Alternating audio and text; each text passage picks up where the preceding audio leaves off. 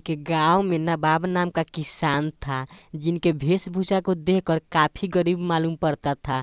लेकिन इनके पास कितना धन संपत्ति है, इसका अनुमान लगाना असंभव था। नवाब नेक और दयालु किसान भी था। ये हमेशा ही गांव में रहने वाले गरीबों की सहायता करता था। उनके लिए तरह तरह के सामान बाजार से खरीद कर ले आया करता था। सुकनिका की हमें मालूम चला कि आप हरी भरी सब्जियां बहुत अधिक खाना पसंद करती हो, इसीलिए मैं आपके लिए बाजार से हरी भरी सब्जियां खरीद कर लाया हूँ। आप इन्हें रख लीजिए। इधर नवाब की पत्नी सीता भी एक नेक महिला थी, जो गांव में छोटे छोटे बच्चों के लिए कॉपी किताब की व्यवस्था करती थी और उन्हें पढ़ने के लिए स्कूल भेजती थी। अगर कोई भिखारी नवाब के घर आता था तो नवाब और नवाब की पत्नी उन्हें अच्छे पकवान खिलाते थे और उसके लिए अच्छे अच्छे कपड़ों की व्यवस्था भी करता था। भाई, आपने तो इतना अच्छा पकवान खिलाकर मेरा पेट ही भर दिया। मैं जिंदगी में इतना अच्छा पकवान कभी नहीं खाया था।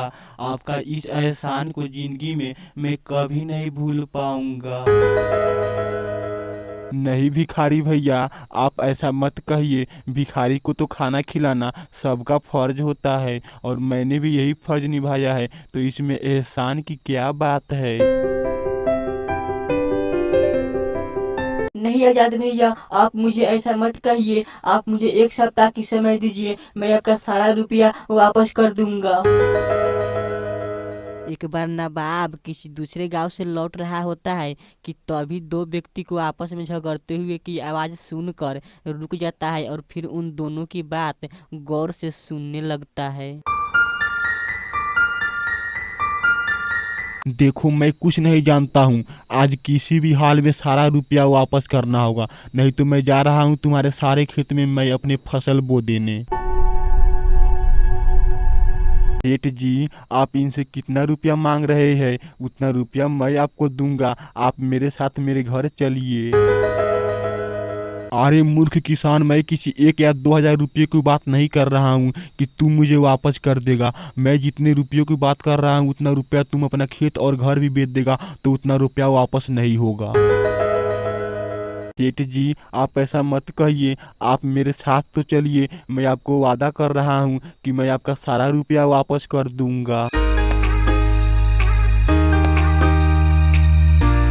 आजाद नाम के सेठ को बुलाकर नवाब अपने घर ले आता है और फिर टेबल पर रुपयों की बहुत सारे गड्डी इनके सामने रख देता है। सेठ जी, हमें आपका जितना रुपया वापस करना था आप उतना रुपया इनमें से उठा लीजिए। किसान भैया, आप हमें माफ कर दीजिए। मैं आपको भिखारी समझकर आपका मजाक उड़ाया। सेठ जी, इनमें माफी मांगने की कोई जरूरत नहीं है। मेरा तो वेशभूषा ही ऐसा है कि मुझे कोई भी भिखारी समझ लेता है।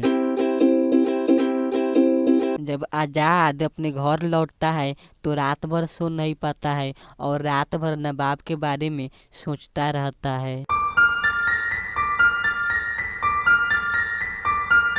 अरे, ये बूढ़ा किसान आखिर करता क्या है जो इसके पास इतना रुपया है? इसका पता लगाना होगा मुझे। अगले दिन आजाद नवाब के गांव में आकर नवाब के बारे में एक छोटा लड़का से पूछता है, पर छोटा लड़का आजाद को कुछ नहीं बता पाता है क्योंकि नवाब के बारे में गांव में किसी को कुछ नहीं मालूम था।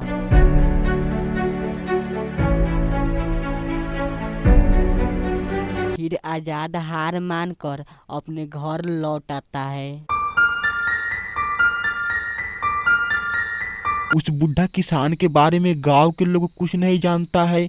इसका मतलब जरूर ही कुछ गड़बड़ है। अब मुझे उसका पीछा करना होगा।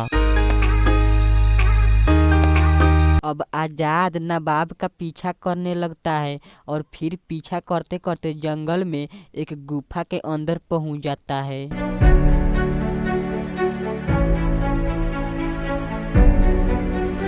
जदुई घारा, मुझे एक बैग पैसों की आवश्यकता है, जल्द से एक बैग पैसा दे दो।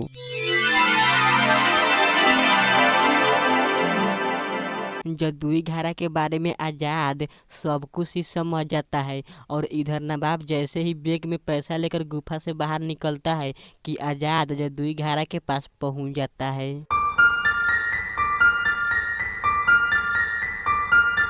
तो इसका मतलब वो बूढ़ा किसान इसी जदुई घारा से अमीर हुआ है।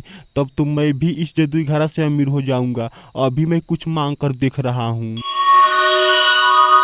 जदुई घारा, मुझे पैसों की गड्डी चाहिए, मुझे जल्द ही पैसों की गड्डी दो। अब तो मैं इस जदुई घारा को अपने घर लेकर जाऊंगा और गांव में सबसे अधिक अमीर बन जाऊंगा। उस बूढ़ा किसान से भी अधिक अमीर बन जाऊंगा। इतना कहने के बाद आजाद पैसों की गड्डी और जदुई घारा को लेकर अपने घर आ जाता है। जदुई घारा, अब मुझे बहुत सारे सोने के आभूषण चाहिए, मुझे जल्द ही बहुत सारे सोने के आभूषण दो। आजाद के इतना कहते ही जदुई घारा दो टुकड़ा हो जाता है और आजाद को कुछ भी समझ में नहीं आता है कि आखिर ये दो टुकड़ा क्यों हो गया। इधर जब नवाब जदुई घारा के पास पहुंचता है तो देखता है कि जदुई घारा गायब हो गया है। फिर काफी परेशान हो जाता है। अरे, यहाँ से जदुई घारा किसने उठा कर ले गया? लगता है कोई साधारण घारा समझकर उठा कर ले गया होगा, लेकिन कोई बात नहीं। अब तो मुझे इस जदुई गुफा से ही पूछना होगा। जदुई गुफा, यहाँ से जदुई घारा किसने उठा कर ले गया है? उसका तस्वीर दिखाओ। अरे, ये तो वही सेठ जी है जो मेरे घर रुपया के लिए आया था। अब उसके पास जल्दी जाना होगा, नहीं तो वो जदुई घारा से कुछ मांग कर जदुई घारा को बर्बाद कर देगा। जैसे ही नवाब आजाद नाम के सेठ के पास पहुंचता है कि देखता है आजाद जदुई घारा को बर्बाद कर चुका है। फिर नवाब जदुई घारा को देखकर काफी ज्यादा उदास हो जाता है। सेठ जी, आपने ये क्या कर दिया? जिनके सहायता से हम गांव के लोगों का मदद करता था, उसे तो आपने बर्बाद ही कर दिया। किसान भैया, मैंने तो इन घारा को कुछ नहीं किया हूँ। इनसे तो मैं सिर्फ आभूषण मांगा था कि ये अपने आप फूट गई। आखिर इस जदुई घारा की रहस्य क्या है, थोड़ा मुझे भी बताओ। सेठ जी, आप इस जदुई घारा के बारे में जानना चाहते हो तो सुनिए। ये बात तब की है जब मैं एक गरीब किसान हुआ करता था और मेरा एक छोटा सा झोपड़ी का घर था। मैं उसी घर में अपनी पत्नी सीता के साथ रहता था।